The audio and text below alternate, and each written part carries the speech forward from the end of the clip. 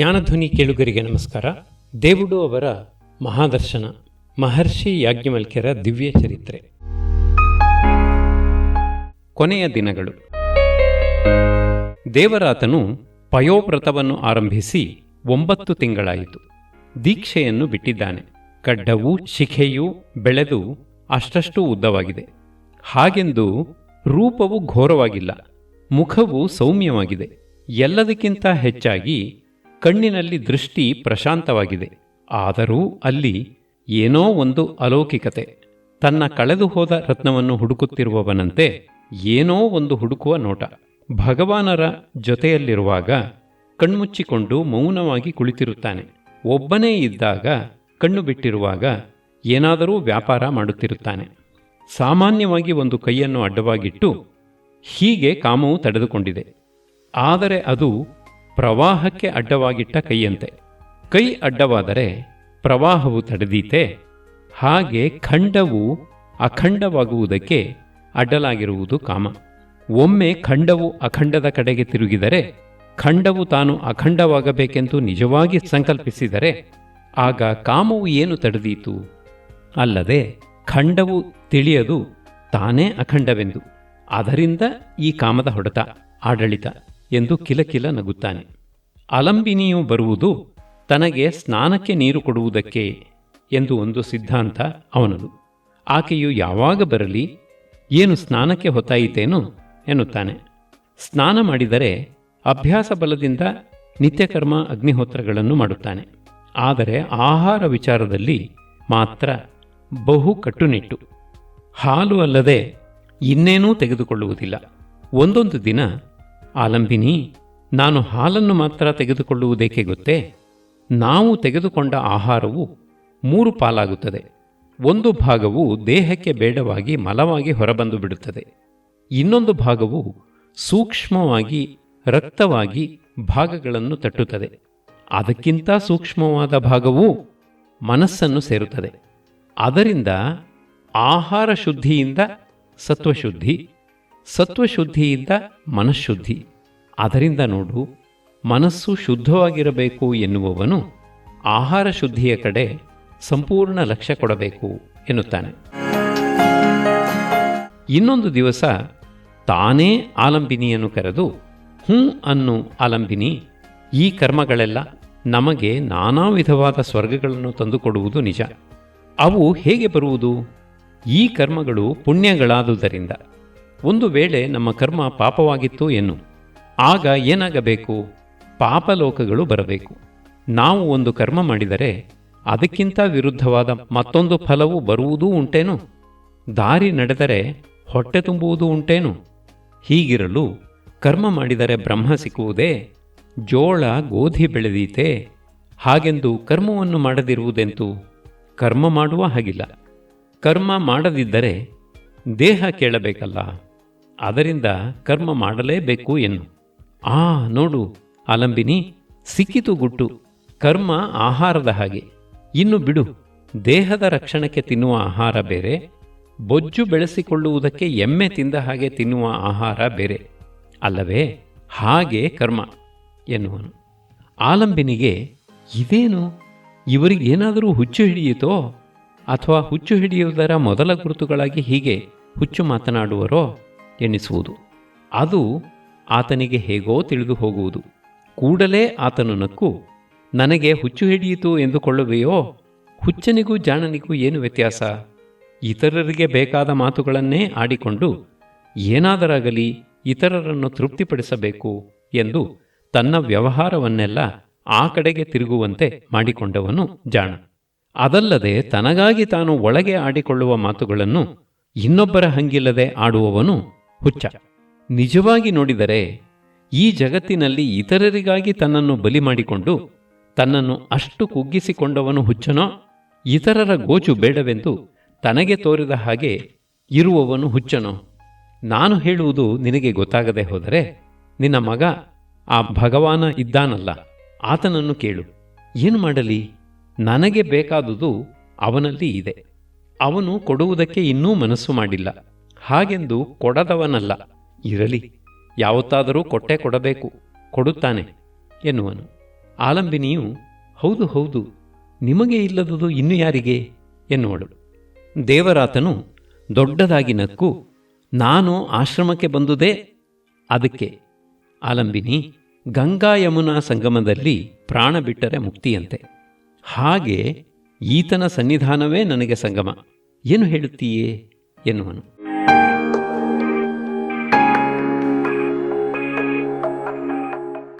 ಆಲಂಬಿನಿಗೆ ಬರುತ್ತಾ ಗಂಡನ ವಿಚಿತ್ರ ವರ್ತನವು ಅಭ್ಯಾಸವಾಗಿ ಹೋಯಿತು. ಅಂತೂ ಅವಳಿಗೆ ಒಂದು ಆಶ್ಚರ್ಯ. ಬಹುದಿನದಿಂದ ಕರ್ಮವೇ ಸರಿ ಎನ್ನುತ್ತಿದ್ದವರು ಇಂದು ಕರ್ಮಕ್ಕಿಂತ ಆಚೆಗೆ ಇನ್ನೇನೋ ಇದೆ ಎನ್ನುತ್ತಾರೆ. ಅದು ಭಗವಾನರಿಗೆ ಗೊತ್ತು, ಬೇಕೆಂದರೆ ಅವನು ಅದನ್ನು ಕೊಡಬಲ್ಲ ಎನ್ನುತ್ತಾರೆ.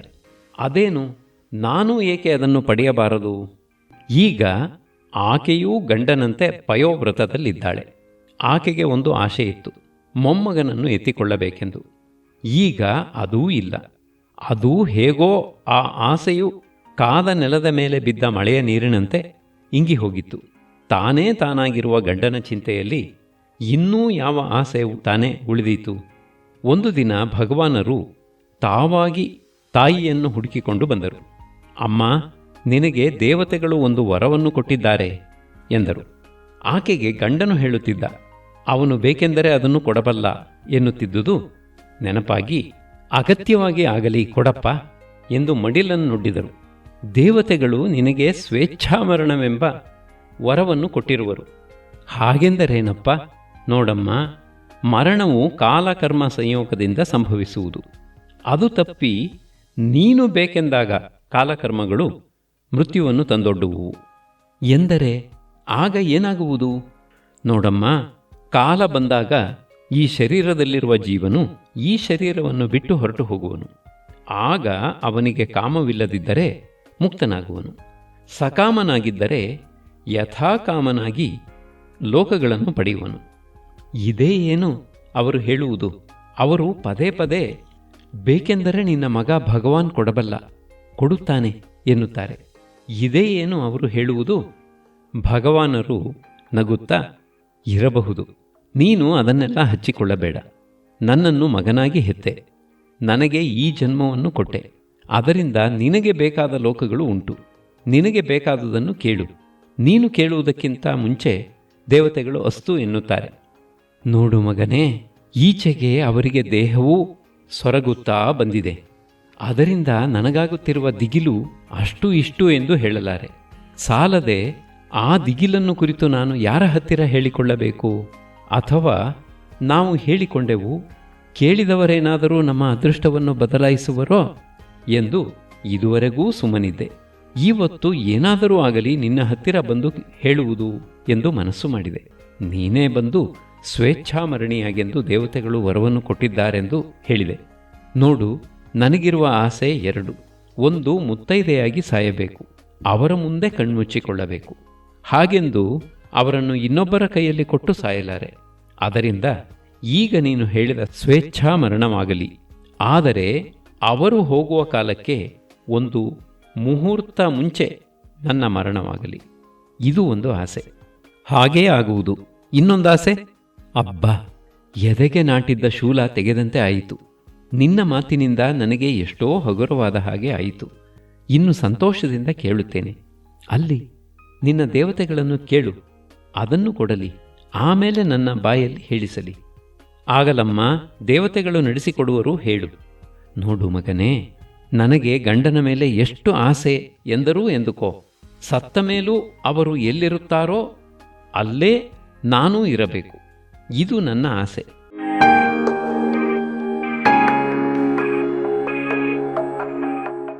ಇಷ್ಟೇನೆ. ನಿನಗೇನಮ್ಮ, ಬಿಡದೆ ಅಗ್ನಿಹೋತ್ರವನ್ನು ಮಾಡಿರುವ ನಿಮಗೆ ಒಂದೇ ಗತಿಯಾಗುವುದು ಹೆಚ್ಚೇ? ಆಗಲಿ, ದೇವತೆಗಳು ಒಪ್ಪಿರುವರು. ನಾನು ಬರುವವರೆಗೂ ನೀವಿಬ್ಬರೂ ಬ್ರಹ್ಮಲೋಕದಲ್ಲಿರಿ. ಈ ದೇಹಾನಂತರ ನಾನು ಅಲ್ಲಿಗೆ ಬರುವೆನು. ನಾವೆಲ್ಲರೂ ಮುಕ್ತಿಗೆ ಹೋಗೋಣ. ಮುಕ್ತಿ ಎಂದರೇನು ಮಗನೇ? ನಾನು ನೀನೆಂಬ ಭೇದವೆಲ್ಲ ಬಿಟ್ಟು ನೀರಲ್ಲಿ ನೀರು ಬೆರೆಯುವಂತೆ ಚೈತನ್ಯವು ಚೈತನ್ಯದಲ್ಲಿ ಸೇರಿ ಹೋಗುವುದು. ನೀನು 1000 ಹೇಳು ಮಗನೇ. ನನಗೆ ಈ ತಾಯಿ ಮಗ ಗಂಡ ಹೆಂಡತಿ ಎಂಬ ನಾಟಕವೇ ಚೆನ್ನಾಗಿದೆ. ಇದು ನಿಲ್ಲುವುದೂ ಉಂಟೇನು? ಇದು ನಿಲ್ಲುವುದಿಲ್ಲ. ಆದರೆ ನಮಗೆ ಸಾಕೆಂದರೆ ನಾವು ಎದ್ದು ಹೋಗಬಹುದು. ಏನೋ ನೋಡಪ್ಪ, ಇದು ನಿಮ್ಮಿಬ್ಬರಿಗೆ ಸೇರಿದ್ದು. ನೀವು ಹೇಗೆ ಹೇಳಿದರೆ ಹಾಗೆ ನಾನು. ಕಳಿತ ಹಣ್ಣು. ಕಣ್ವ ಮಾಧ್ಯಂದಿನರು ಬಂದು ಭಗವಾನರನ್ನು ಕಂಡು ಉಪನಿಷತ್ತು ಸಿದ್ಧವಾಗಿದೆ ಎಂದು ಅರಿಕೆ ಮಾಡಿದರು. ಭಗವಾನರು ಪರಾಂಬರಿಸುವುದಕ್ಕೆ ಅದನ್ನು ತೆಗೆದುಕೊಂಡರು. ಹೇಗೆ ಬರೆದಿರಿ? ತಾವು ಅಪ್ಪಣೆ ಕೊಟ್ಟಂತೆ ಆದಿತ್ಯದೇವನ ಉಪಾಸನೆಯಿಂದ ಪಡೆದೆವು. ಬಹಳ ಒಳ್ಳೆಯ ಕೆಲಸ ಮಾಡಿದಿರಿ. ಆದಿತ್ಯನ ಅಪ್ಪಣೆಯಿಂದ ವಿಲಿಖಿತವಾದುದು ಎಂದ ಮೇಲೆ ನಾವು ನೋಡಬೇಕಾದುದು ಏನೂ ಇಲ್ಲ. ಅಲ್ಲಿ ತಮ್ಮ ಹೆಸರಿನ ಉಲ್ಲೇಖವಿದೆ. ಹೌದು, ಮೈತ್ರೇಯಿಗೂ ನಮಗೂ ಆದ ಸಂವಾದವೆಂದು ಉಲ್ಲೇಖಿಸಿದ್ದೀರಿ. ಅದು ಇನ್ನೂ ಆಗಬೇಕಾದ ಭವಿಷ್ಯದ ವಿಷಯ. ನಾವು ಅದನ್ನೇ ಯೋಚಿಸುತ್ತಿದ್ದೇವೆ. ನಮಗೆ 2-3 ವಿಷಯ ಹೇಳಲಾಗಲಿಲ್ಲ. ಅದು ಯಾವುದು? ಮೊದಲನೆಯದು, ಯಾವನಾದರೂ ತಾನು ಹೀನನೆಂದುಕೊಂಡಿದ್ದರೆ ಅವನನ್ನು ಮಹಾನ್ ಮಾಡುವುದು ಹೇಗೆ ಎಂಬುದು. ಅದಕ್ಕೇನಂತೆ, ಮಂಥವಿದ್ಯೆಯ ಸಹಾಯದಿಂದ ಅದನ್ನು ಮಾಡಿದರಾಯಿತು. ಆ ವಿದ್ಯೆ ನಿಮಗೆ ಪಾಠವಾಗಿದೆಯಲ್ಲ? ಹೌದು, ಪಾಠವಾಗಿದೆ. ಪ್ರಯೋಗ ಸಿದ್ಧವಾಗಿಲ್ಲ. ಅದರಿಂದ ಸಂದೇಹವು ಬಂತು. ಸಂದೇಹವನ್ನು ನಿವಾರಿಸುವುದು ಶ್ರದ್ಧೆ. ಒಂದು ನೆನಪಿರಲಿ, ಲೋಕದಲ್ಲಿರುವ ವಿಷಯಗಳೆಲ್ಲ ಶ್ರೇಯಸ್ಸು ಪ್ರೇಯಸ್ಸು ಎಂದು 2 ವಿಧ.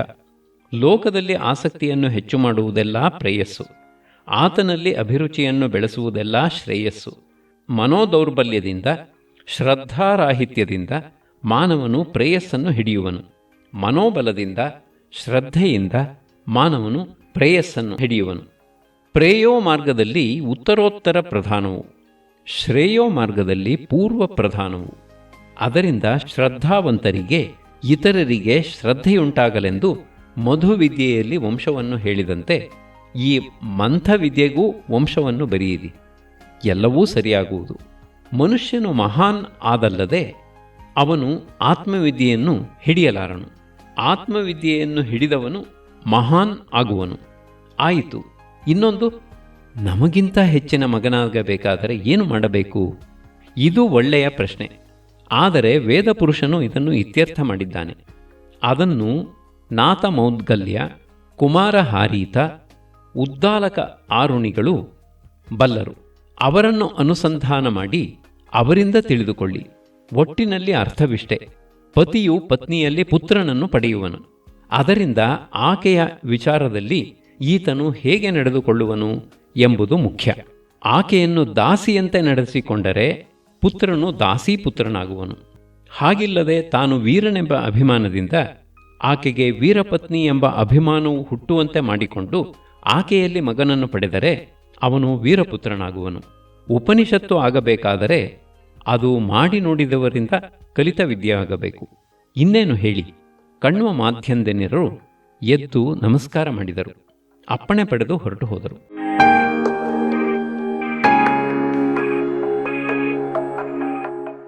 ದೇವರಾತ ದಂಪತಿಗಳು ದೇಹವನ್ನು ಬಿಟ್ಟು 1 ವರ್ಷವಾಯಿತು. ಈ ವರ್ಷವೂ ಶ್ರೀಮಂತರ ಮನೆಯ ವಿವಾಹದಂತೆ ಸಂಭ್ರಮವಾಗಿ ಪಿತೃಯಜ್ಞವು ನಡೆದು ಹೋಯಿತು. ಮಾಸಿಕಗಳ ದಿನ ಭಗವಾನರು ರಜತಮಯ ಪಾತ್ರೆಗಳಲ್ಲಿ ದೇವತೆಗಳಿಗೆ, ಕಾಂಚನಮಯ ಪಾತ್ರೆಗಳಲ್ಲಿ ಪಿತೃಗಳಿಗೆ ಹವ್ಯ ಕವ್ಯ ದಾನ ಮಾಡುವರು. ಅವರು ತಮಗೆ ಬೇಕಾದಾಗ ಪಿತೃಗಳನ್ನೂ ದೇವತೆಗಳನ್ನೂ ಬರಮಾಡಿಕೊಳ್ಳುವರು. ಅವರಿಗೆ ಅದೊಂದು ಆಟ. ಈಚೀಚೆಗೆ ಭಗವಾನರಿಗೆ ಆಲಂಭಾವವು, ಎಲ್ಲವೂ ಸಾಕು ಇನ್ನೇನೂ ಬೇಡ ಎಂಬ ಭಾವವು ಹೆಚ್ಚಾಗುತ್ತಿದೆ. ಮೊದಲಿಂದ ಅವರಿಗೆ ಸಹಜವಾಗಿ ಎಲ್ಲದರಲ್ಲೂ ಉದಾಸೀನ ಭಾವ. ಅವರು ಮನಸ್ಸಿಟ್ಟು ಶ್ರದ್ಧಾಭಕ್ತಿಪೂರ್ವಕವಾಗಿ ಮಾಡುತ್ತಿದ್ದುದು ಎಂದರೆ ಅಧ್ಯಯನ ಅಧ್ಯಾಪನಗಳು. ಈಗಲೂ ಅದರಲ್ಲಿ ಶ್ರದ್ಧೆಯು ತಪ್ಪಿಲ್ಲ. ಹಾಗೆಂದು ಮೊದಲಿನ ಉತ್ಸಾಹವೂ ಅಲ್ಲೂ ಇಲ್ಲ. ಅವರ ಮನಸ್ಸು ಏನು ಯೋಚನೆ ಬಂದರೂ ಕಿಂತೇನ ಕರ್ಮ, ಅದರಿಂದ ಏನು ಮಾಡೋಣ ಎನ್ನುತ್ತದೆ. ಸೌದೆಯು ಎಲ್ಲವೂ ಉರಿದು ಹೋದ ಮೇಲೆ ವೈಶ್ವಾನರನು ಬೂದಿಯಲ್ಲಿ ಅಂತರ್ಧಾನವಾಗಬೇಕು. ಆದರೆ ಭಗವಾನರ ವಿಚಾರದಲ್ಲಿ ಹಾಗಾಗಿಲ್ಲ. ಅದಕ್ಕೆ ಪ್ರತಿಯಾಗಿದೆ. ಅವರಿಗೆ ವ್ಯಕ್ತದ ಮೇಲೆ ವೈರಾಗ್ಯವು ಹೆಚ್ಚಿದಂತೆಲ್ಲ ಅವರ ತೇಜಸ್ಸು ವಿವೃದ್ಧವಾಗುತ್ತಿದೆ. ಅದೇ ಏನು? ಆತ್ಮಜ್ಞಾನದ ಪ್ರಭಾವ. ಏನೂ ಬೇಡವೆಂದಾಗ ಹೆಚ್ಚುವುದು, ಏನಾದರೂ ಬೇಕೆಂದಾಗ ಕಡಿಮೆಯಾಗುವುದು ಇರಬೇಕು. ಶಾಸ್ತ್ರಗಳ ಮಾತು ನಿಜವಾದರೆ ಅನುಭವಿಗಳು ಯಾರೂ ಸುಳ್ಳೆನ್ನುವುದಿಲ್ಲ. ದೊಡ್ಡದು ಚಿಕ್ಕದು ಆದುದು ಏನಾದರೂ ಬೇಕೆಂದಾಗ, ಬೇಕು ಎಂದಾಗಲೇ ಅಶರೀರಿಯು ಶರೀರಿಯಾದುದು. ಶರೀರವು ಬಂದ ಮೇಲೆ ಒಬ್ಬನೇ ಇರಲು ಆಗದೆ ಎರಡನೆಯದನ್ನು ಮಾಡಿಕೊಂಡನಂತೆ. 2 3 3 30 ಹಾಗೆಯೇ ಬೆಳೆದುಕೊಂಡು ಹೋಗಿ ಈ ಅಪಾರ ವಿಶ್ವವಾಯಿತು. ಹೀಗಿರಲು ಹಿಂತಿರುಗಿದವನಿಗೆ ಕೊಂಬೆಯು ಬೇಡವೆಂದು ಬುಡದ ಕಡೆಗೆ ಹೊರಟವನಿಗೆ ತೇಜಸ್ಸು ಹೆಚ್ಚುವುದರಲ್ಲಿ ವಿಶೇಷವೇನು? ಭಗವಾನರಿಗೆ ಈ ಆಲಂಭಾವವು ಬಲಿಯುತ್ತಾ ಬಂದು ಒಂದು ದಿನ ಈ ಕಪಿಚೇಷ್ಟೆ ಇನ್ನೆಷ್ಟು ದಿವಸ ಎನಿಸಿತು. ಕಳಿಯುತ್ತಾ ಬಂದ ಹಣ್ಣು ಮರಕ್ಕೆ ಭಾರವಾಗುವಂತಾಯಿತು. ತನ್ನದು ಎನ್ನುವುದು ಏನೂ ಇಲ್ಲದ ಸನ್ಯಾಸವನ್ನು ಅವಲಂಬಿಸಬೇಕೆನ್ನಿಸಿತು. ಆದರೆ ಕೈ ಹಿಡಿದ ಹೆಂಡತಿಯರು ಇಬ್ಬರು. ಒಬ್ಬಳು ಬ್ರಹ್ಮವಾದಿನಿ, ಇನ್ನೊಬ್ಬಳು ಧರ್ಮಚಾರಿಣಿ. ಇಬ್ಬರಿಗೂ ತಿಳಿಸದೆ ಹೊರಟು ಹೋಗುವುದೆಂತು? ಭಗವಾನರು ಯೋಚಿಸಿದರು. ಇನ್ನು ನಾನು ಮಾಡಬೇಕಾದುದು ಏನೂ ಉಳಿದಿಲ್ಲ. ದೈವವು ನನ್ನ ಮೂಲಕವಾಗಿ ಒಂದು ಸಂಹಿತೆ, ಒಂದು ಬ್ರಾಹ್ಮಣ, ಒಂದು ಉಪನಿಷತ್ತುಗಳನ್ನು ಕರುಣಿಸಿ ನಂದದ ನಂದಾಜ್ಯೋತಿಯೊಂದನ್ನು ಹಚ್ಚಿಸಿತು. ಉದ್ದಾಲಕರ ಗುರುಕುಲವನ್ನು ಅರ್ಧಶತಮಾನ ಕಾಲ ನಡೆಯಿಸಿ ಶಿಷ್ಯ ಸಂಪತ್ತನ್ನು ಬೆಳೆಸಿದುದಾಯಿತು. ಕಣ್ವ ಮಾಧ್ಯಂದಿನರು ಇಬ್ಬರೂ ಪ್ರಚಂಡರಾದರು. ಹೌದು, ಅವರನ್ನು ಕುಲಪತಿಗಳಾಗಿ ಮಾಡಬೇಕು. ಅದೊಂದು ಉಳಿದಿದೆ. ಅದೇನೂ ಅಷ್ಟು ದೊಡ್ಡ ಕೆಲಸವಲ್ಲ. ಕಾವೇರಿ ತೀರದಲ್ಲಿ ಗುರುಕುಲವನ್ನು ಕಟ್ಟು ಎಂದು ಹೇಳಿ ಕಣ್ವನನ್ನು ದಕ್ಷಿಣಕ್ಕೆ ಕಳುಹಿಸುವುದು. ಅವನು ಶಕ್ತ, ಅಲ್ಲದೆ ತಪಸ್ವಿ, ವಿದ್ಯೆಯನ್ನು ಬಲ್ಲ, ದೇವತಾನುಗ್ರಹವನ್ನೂ ಸಂಪಾದಿಸಿದ್ದಾನೆ. ಎಲ್ಲದಕ್ಕಿಂತ ಹೆಚ್ಚಾಗಿ ಆತ್ಮವಿದ್ಯಾ ಸಂಪನ್ನ. ಅವನು ಗುರುಕುಲವನ್ನು ಕಟ್ಟಬಲ್ಲ. ಮಾಧ್ಯಂದಿನ ಎಷ್ಟಾದರೂ ಕಣ್ವನಿಗೆ ಎಡಗೈ. ಅದರಿಂದ ಅವನಿಗೆ ಈ ಆಶ್ರಮವನ್ನು ಕೊಡುವುದು. ಇನ್ನುಳಿದವರು ಹೆಂಡತಿಯರು. ಅಯ್ಯೋ, ನನಗೆಂತಹ ಹುಚ್ಚು! ಹುಟ್ಟುವ ಅಂಕುರವು ತನ್ನ ಆಹಾರವನ್ನು ತಲೆಯಲ್ಲಿ ಹೊತ್ತು ತರುತ್ತದೆ. ಹಾಗಿರಲು ಅವರಿಬ್ಬರ ಭಾರವನ್ನು ನಾನು ಹೊರಬೇಕೇ? ಅವರು ನನ್ನ ಮೇಲೆ ಆ ಭಾರವನ್ನು ಹೊರಿಸಿದ್ದಾರೆ, ನಾನು ಅದನ್ನು ಹೊತ್ತಿಕೊಂಡಿದ್ದೇನೆ ಎಂಬ ಭಾವ ಬೀಜವೇ ಈ ಸಂಸಾರ. ಆಗಲಿ, ಸಂಸಾರವೇ ನಿನಗೆ ತೃಪ್ತಿಯಾಗಲಿ. ಎಲ್ಲವನ್ನೂ ಬಿಟ್ಟು ಹೋಗುವಾಗ ಯಾರಿಗೆ ಏಕೆ ನೋವಾಗಬೇಕು ಎಂದು ಹಲವು ಬಗೆಯಾಗಿ ಯೋಚನೆ ಮಾಡುವರು. ಆದಷ್ಟು ಕಣ್ಮುಚ್ಚಿಕೊಂಡು ಧ್ಯಾನಾಸಕ್ತಳಾಗಿ ಕುಳಿತಿರುವ ಮೈತ್ರೇಯಿಗೆ ಭಗವಾನರಲ್ಲಿ ಆಗಿರುವ ಈ ವ್ಯತ್ಯಾಸವಷ್ಟು ಗೊತ್ತಾಗಲಿಲ್ಲ. ನೆರಳಿಗೆ ನೆರಳಾಗಿ ಸಹಧರ್ಮಚಾರಿಣಿಯಾದ ಕಾತ್ಯಾಯನಿಗೆ ವ್ಯತ್ಯಾಸವಾಗಿರುವುದು ಗೊತ್ತಾಗದಿರಲಿಲ್ಲ. ಆದರೆ ಈ ವ್ಯತ್ಯಾಸವು ಎಲ್ಲಿ, ಯಾವ ಕಡೆಗೆ ತಿರುಗುವುದು ಎನ್ನುವುದು ಅವಳಿಗೂ ತಿಳಿಯದು. ಅಂತೂ ಏನಾಗುವುದೋ ಆಗಲಿ ಎಂಬ ಮೊಂಡು ಧೈರ್ಯವನ್ನು ತಂದುಕೊಂಡರೂ ಅವಳು ಕಣ್ಣಿಟ್ಟು ಕಾಯುವುದನ್ನು ಬಿಡಲಿಲ್ಲ. ಭಗವಾನರು ಸನ್ಯಾಸಿಯಾಗಿ ಹೊರಟು ಹೋಗಬೇಕೆಂದು ಗೊತ್ತು ಮಾಡಿಕೊಂಡರು. ಅದಕ್ಕಾಗಿ ಏನೂ ಪ್ರಯತ್ನ ನಡೆಯಬೇಕಾಗಿಲ್ಲ. ಆದರೆ ಹೆಂಡತಿಯರ ಅಪ್ಪಣೆ ತೆಗೆದುಕೊಳ್ಳಬೇಕು. ಇವರು ಒಬ್ಬರಲ್ಲಿ ಯಾರಿಗೆ ಮೊದಲು ಈ ಸುದ್ದಿಯನ್ನು ತಿಳಿಸುವುದು? ಇರುವವರೆಗೂ ಧರ್ಮ, ಎಲ್ಲ ಮುಗಿದ ಮೇಲೆ ಬ್ರಹ್ಮ. ಅದರಿಂದ ಕಾತ್ಯಾಯನಿಗೆ ಈ ಸುದ್ದಿಯನ್ನು ಮೊದಲು ತಿಳಿಸಬೇಕು, ಆಮೇಲೆ ಮೈತ್ರೇಯಿಗೆ ಎಂದು ಗೊತ್ತಾಯಿತು. ಕಾತ್ಯಾಯಿನಿ, ನಾಳೆಯ ದಿನ ನಾವು ಏನೇನು ತಿನ್ನಬೇಕೆಂದು ಆಸೆ ಇದೆಯೋ ಅದನ್ನೆಲ್ಲ ಮಾಡಿಬಿಡು. ಕಾತ್ಯಾಯಿನಿಯು ಕೇಳಿದಳು. ಅದೇನು ನಾಳೆ? ನಾವು ಸನ್ಯಾಸಿಗಳಾಗಿ ಹೊರಟು ಹೋಗಬೇಕೆಂದಿರುವೆವು. ನಾವೇನಾದರೂ ಅಪರಾಧ ಮಾಡಿದ್ದೇವೆಯೇನು? ಛೇ, ನೀವೆಲ್ಲ ಸರಿಯಾಗಿರುವುದರಿಂದಲೇ ನಮ್ಮ ವೈರಾಗ್ಯವು ಪಕ್ವವಾಯಿತು. ನಾವು ಇಂದು ಪರಮತೃಪ್ತರು. ತೃಪ್ತಿಯ ಗುರುತಾಗಿ ನಮ್ಮ ಸನ್ಯಾಸ. ಅದಕ್ಕೆ ನಾಳೆ ಬೇಕಾದ ಅಡುಗೆ ಮಾಡಬೇಕಾದುದೇನು? ನಿಮ್ಮ ಅಭಿಮಾನವೂ ಪೂರ್ಣವಾಗಲಿ ಎಂದು. ನಮ್ಮ ಅಭಿಮಾನ ಪೂರ್ಣವಾಗಬೇಕಾದುದು ತಾನೇ ಏನು? ಹೌದು, ನಿಮ್ಮ ಅನುಮತಿ ಇಲ್ಲದೆ ಸನ್ಯಾಸವು ಲಭಿಸುವುದು ಹೇಗೆ? ಹಾಗೆಯೇ ಶಿಷ್ಯರ ಅನುಮತಿಯೂ ಬೇಕೋ? ಶಿಷ್ಯರು ನಾವು ಹೇಳಿದ ಹಾಗೆ ಕೇಳುವವರು, ನಾವು ನೀವು ಹೇಳಿದ ಹಾಗೆ ಕೇಳುವವರು. ಕಾತ್ಯಾಯನಿಯು ರೆಪ್ಪೆ ಹೊಯ್ಯುವಷ್ಟು ಕಾಲ ಸುಮ್ಮನಿದ್ದಳು. ಎಲ್ಲ ವಿಚಾರದಲ್ಲೂ ಆಕೆ ಅಕ್ಕ, ನಾನು ತಂಗಿ. ಅದರಿಂದ ಆಕೆಯಲ್ಲಿ ಮೊದಲು ಪ್ರಸ್ತಾಪವಾಗಲಿ. ನಮ್ಮದೇನು ಇದ್ದೇ ಇದೆ. ಆಕೆಯು ಅಲ್ಲಿ ನಿಲ್ಲಲಿಲ್ಲ, ಹೊರಟು ಹೋದಳು. ಭಗವಾನರು ಆಕೆಯ ಅಂತಸ್ಥವೇನಿರಬಹುದು ಎಂದು ಯೋಚಿಸಿದರು. ಎಲ್ಲವನ್ನೂ ಬಿಟ್ಟು ಹೋಗುವ ಯೋಚನೆಯಲ್ಲಿದ್ದ ಅವರಿಗೆ ಕಾತ್ಯಾಯಿನಿ ಹೃದಯವೇನೋ ಗೊತ್ತಾಗಲಿಲ್ಲ. ಆಗಲಿ, ಅವಳು ಹೇಳಿದಂತೆಯೇ ಕೇಳೋಣ. ಮೊದಲು ಮೈತ್ರೇಯಿಯಲ್ಲಿ ಪ್ರಸ್ತಾಪಿಸಿದರೆ ಅವಳು ಬ್ರಹ್ಮವಾದಿನಿ, ಒಪ್ಪಿಯೇ ಒಪ್ಪುವಳು. ಆಮೇಲೇನು? ಕಾತ್ಯಾಯನಿಯು ಲೋಕಸೇವಾ ವಾಸಿಕಳು, ಅವಳಿಗೆ ಗಂಡನಿಗಿಂತ ಹೆಚ್ಚಾಗಿ ಆಸ್ತಿಯಲ್ಲಿ ಅಭಿಮಾನ ಎಂದು ಭಗವಾನರೆದ್ದು ಮೈತ್ರೇಯಿಯ ಕಡೆಗೆ ಹೋದರು. ಆತ್ಮಾನಾಂ ಕಾಮಾಯ. ಮೈತ್ರೇಯಿಗೆ ಭಗವಾನರು ತನ್ನನ್ನು ಹುಡುಕಿಕೊಂಡು ಬಂದುದು ಆಶ್ಚರ್ಯವಾಯಿತು.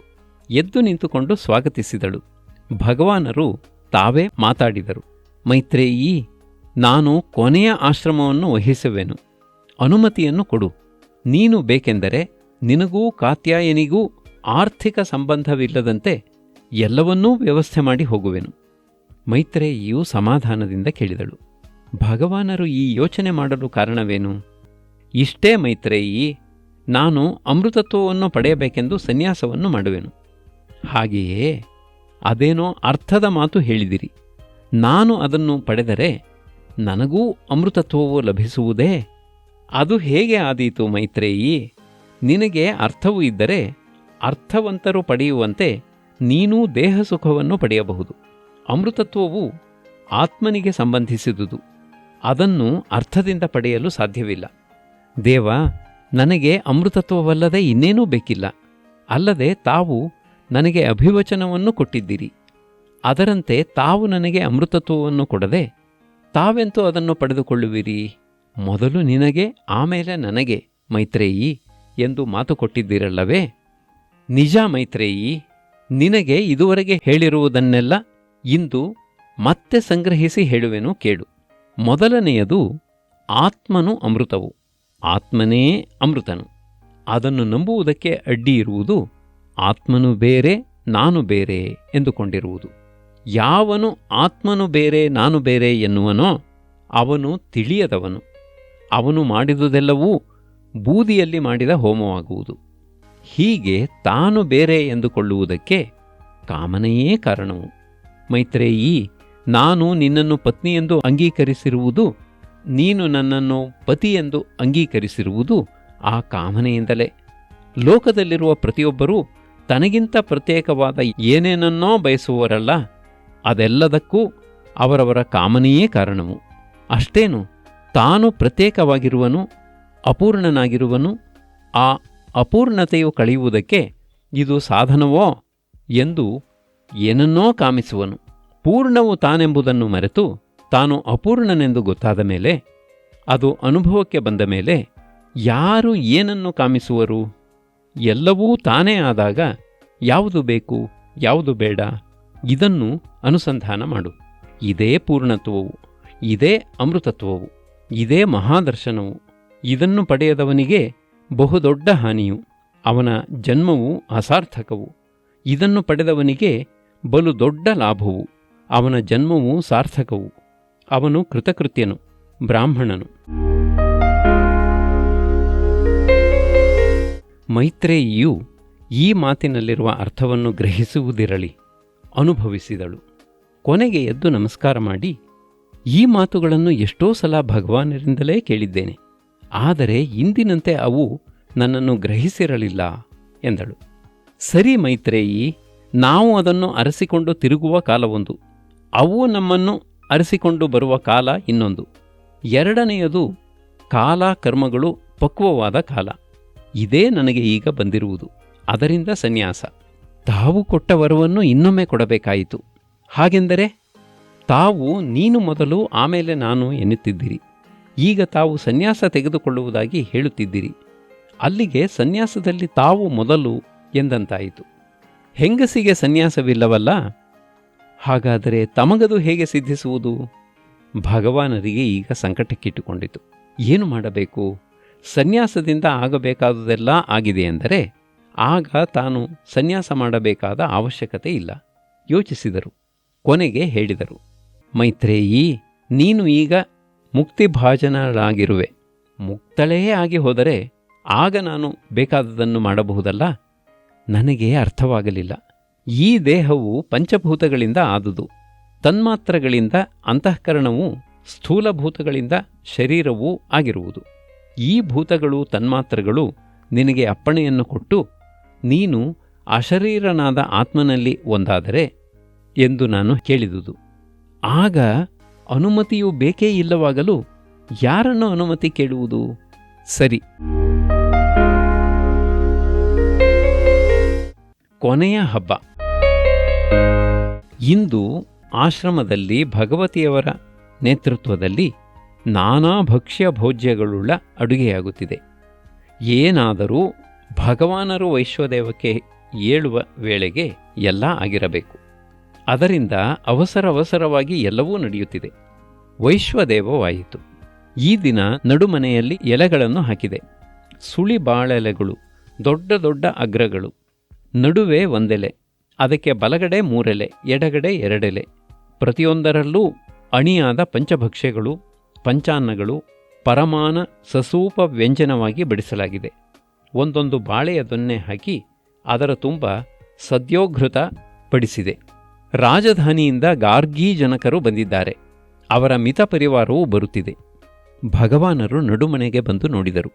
ಅವರಿಗೆ ಇಷ್ಟು ಭವ್ಯವಾದ ಸಂತರ್ಪಣಾ ಕಾದಿದೆ ಎಂಬುದು ತಿಳಿಯದು. ಕಾತ್ಯಾಯಿನಿ, ಇದು ಯಾರಿಗೆ ಎಂದು ಕೇಳಿದರು. ನಡುವೆ ಹಾಕಿರುವುದು ತಮಗೆ.